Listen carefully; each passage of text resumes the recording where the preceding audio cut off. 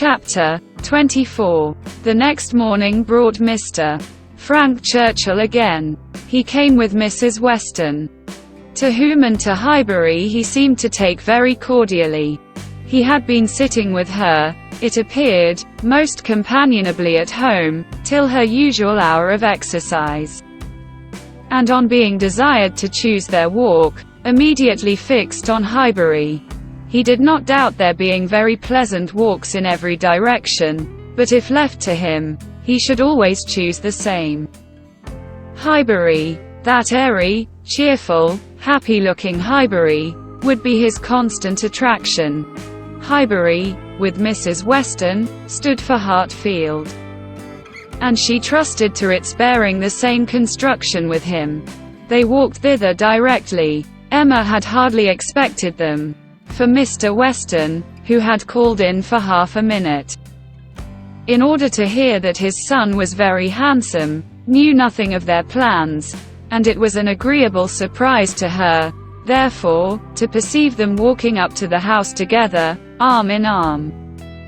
She was wanting to see him again, and especially to see him in company with Mrs. Weston, upon his behavior to whom her opinion of him was to depend. If he were deficient there, nothing should make amends for it. But on seeing them together, she became perfectly satisfied.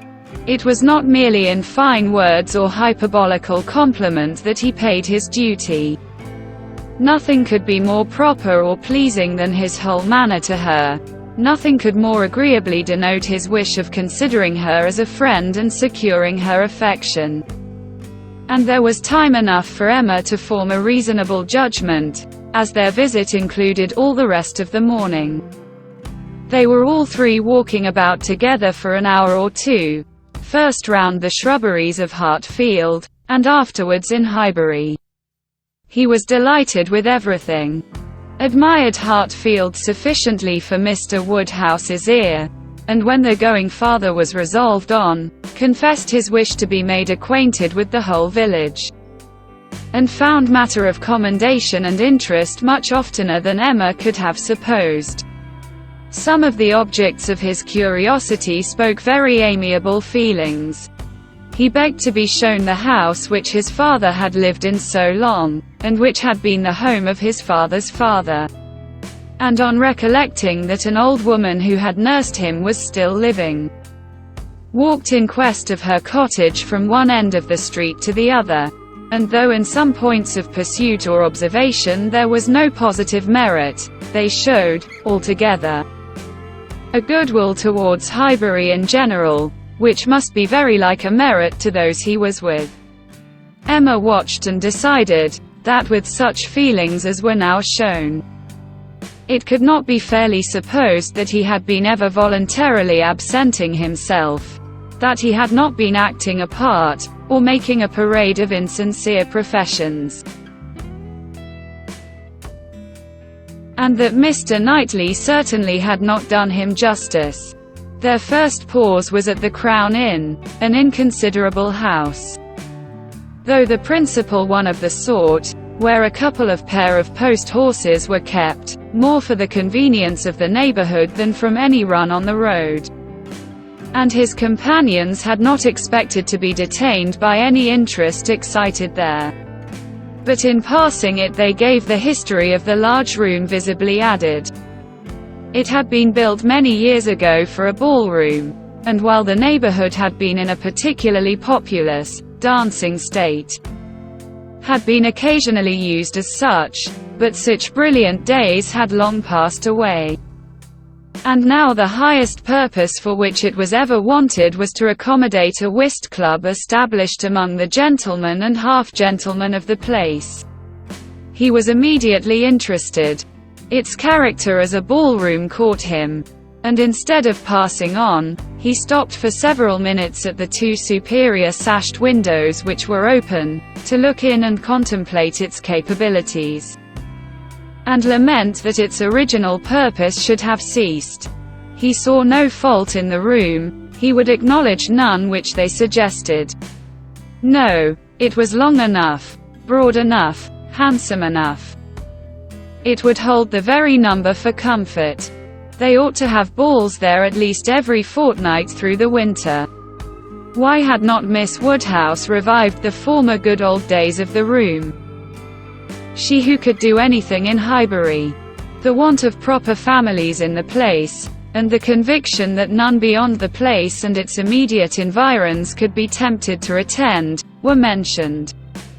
But he was not satisfied. He could not be persuaded that so many good-looking houses as he saw around him, could not furnish numbers enough for such a meeting. And even when particulars were given and families described, he was still unwilling to admit that the inconvenience of such a mixture would be anything, or that there would be the smallest difficulty in everybody's returning into the proper place the next morning.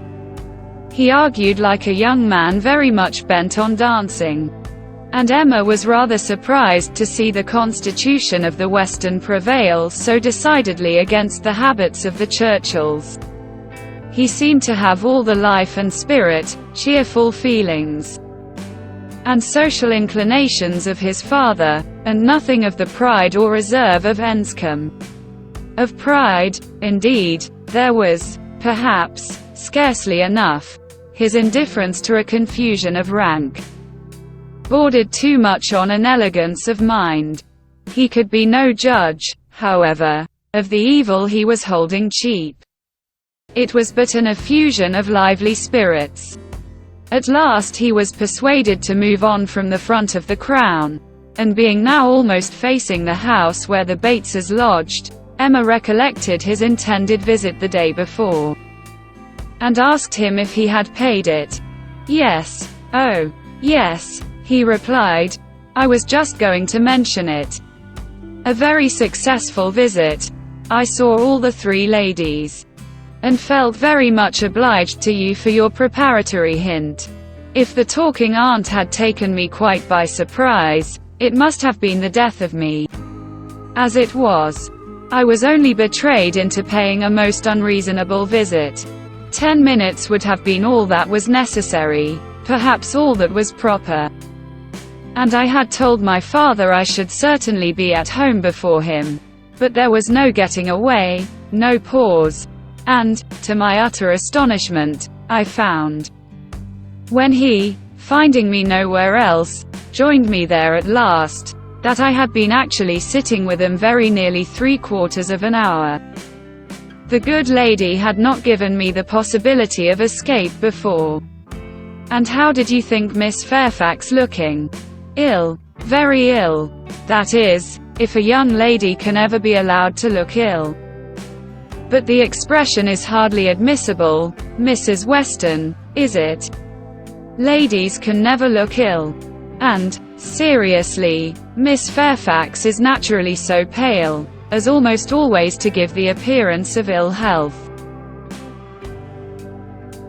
A most deplorable want of complexion. Emma would not agree to this, and began a warm defense of Miss Fairfax's complexion. It was certainly never brilliant, but she would not allow it to have a sickly hue in general. And there was a softness and delicacy in her skin which gave peculiar elegance to the character of her face. He listened with all due deference, acknowledged that he had heard many people say the same, but yet he must confess, that to him nothing could make amends for the want of the fine glow of health. Where features were indifferent, a fine complexion gave beauty to them all, and where they were good, the effect was. Fortunately he need not attempt to describe what the effect was. Well, said Emma, there is no disputing about taste. At least you admire her except her complexion. He shook his head and laughed. I cannot separate Miss Fairfax and her complexion. Did you see her often at Weymouth? Were you often in the same society? At this moment they were approaching Ford's, and he hastily exclaimed, "Ha! This must be the very shop that everybody attends every day of their lives. As my father informs me, he comes to Highbury himself, he says, 6 days out of the 7, and has always business at Ford's. If it be not inconvenient to you, pray let us go in. That I may prove myself to belong to the place, to be a true citizen of Highbury. I must buy something at Ford's. It will be taking out my freedom. I dare say they sell gloves. Oh, yes. Gloves and everything. I do admire your patriotism. You will be adored in Highbury. You were very popular before you came, because you were Mr. Weston's son, but lay out £half-a-guinea at Ford's. And your popularity will stand upon your own virtues. They went in, and while the sleek, well-tied parcels of men's beavers and York tan were bringing down and displaying on the counter, he said, "But I beg your pardon, Miss Woodhouse, you were speaking to me. You were saying something at the very moment of this burst of my amour patriae. Do not let me lose it. I assure you the utmost stretch of public fame would not make me amends for the loss of any happiness in private life. I merely asked whether you had known much of Miss Fairfax and her party at Weymouth. And now that I understand your question, I must pronounce it to be a very unfair one. It is always the lady's right to decide on the degree of acquaintance. Miss Fairfax must already have given her account. I shall not commit myself by claiming more than she may choose to allow.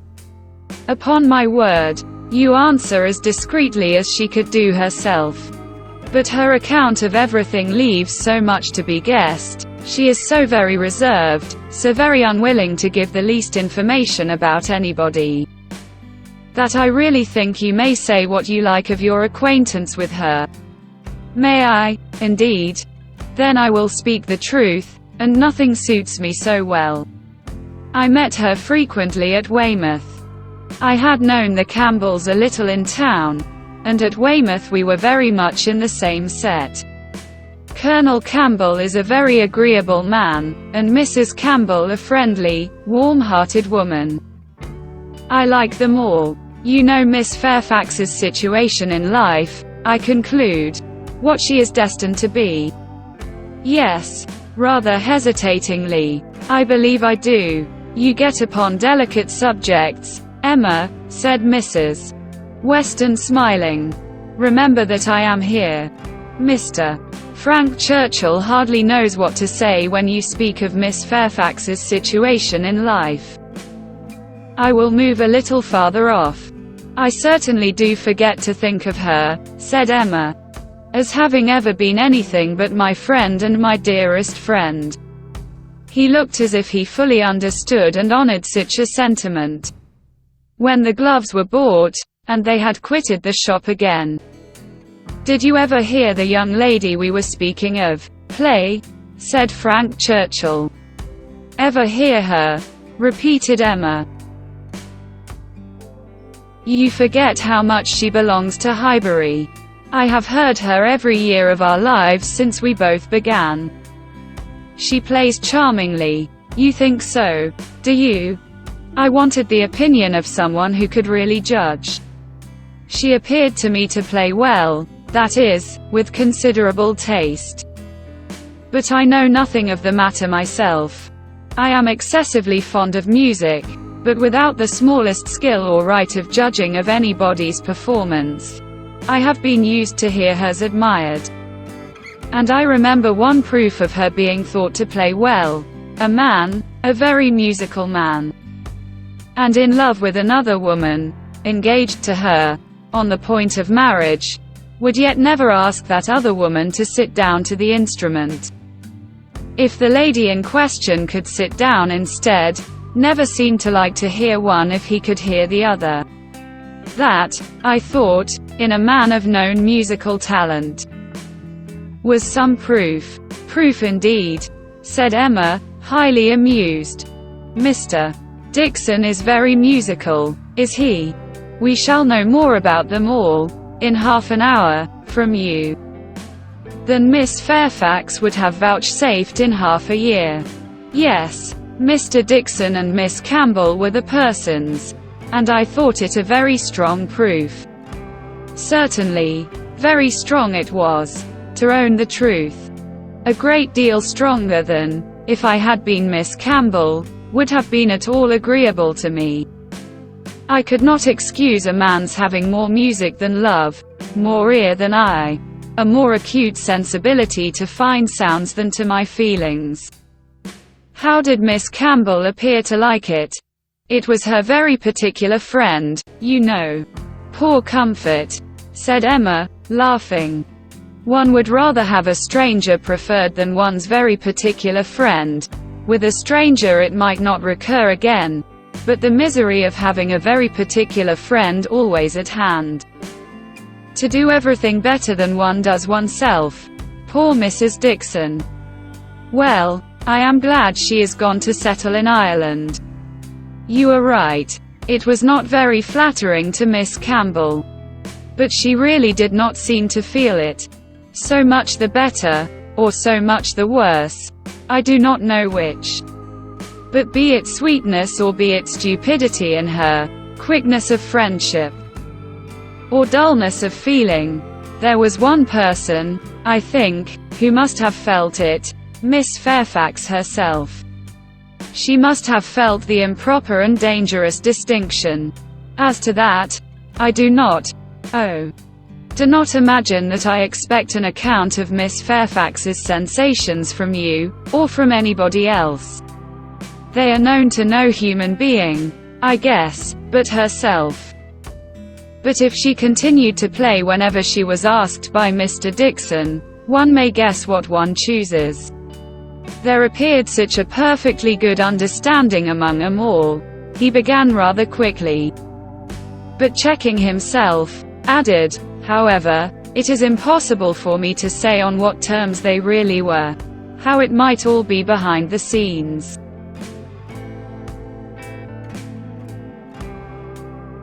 I can only say that there was smoothness outwardly.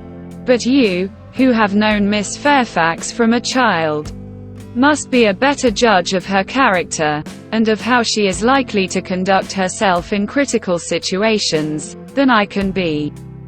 I have known her from a child, undoubtedly. We have been children and women together. And it is natural to suppose that we should be intimate, that we should have taken to each other whenever she visited her friends. But we never did. I hardly know how it has happened.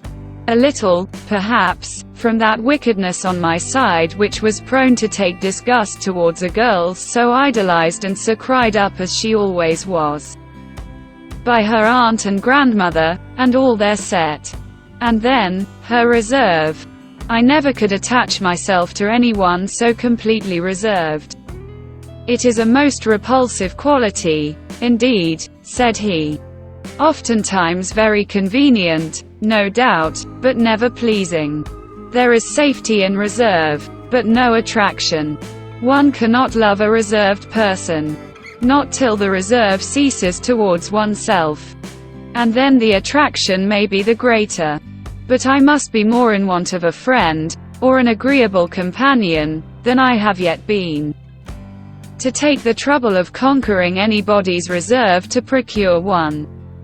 Intimacy between Miss Fairfax and me is quite out of the question.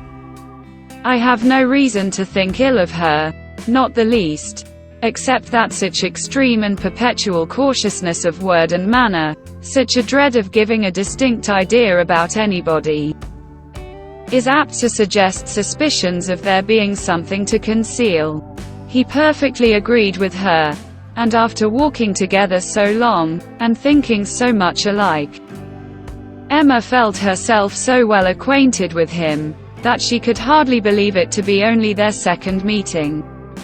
He was not exactly what she had expected.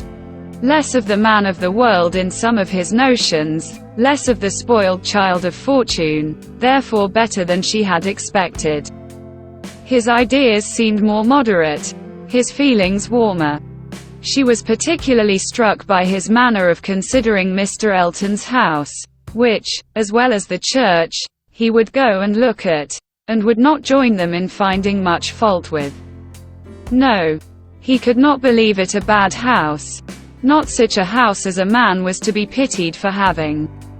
If it were to be shared with the woman he loved, he could not think any man to be pitied for having that house. There must be ample room in it for every real comfort. The man must be a blockhead who wanted more. Mrs. Weston laughed, and said he did not know what he was talking about. Used only to a large house himself, and without ever thinking how many advantages and accommodations were attached to its size. He could be no judge of the privations inevitably belonging to a small one. But Emma, in her own mind, determined that he did know what he was talking about, and that he showed a very amiable inclination to settle early in life, and to marry, from worthy motives. He might not be aware of the inroads on domestic peace to be occasioned by no housekeeper's room, or a bad butler's pantry, but no doubt he did perfectly feel that Enscombe could not make him happy, and that whenever he were attached, he would willingly give up much of wealth to be allowed an early establishment.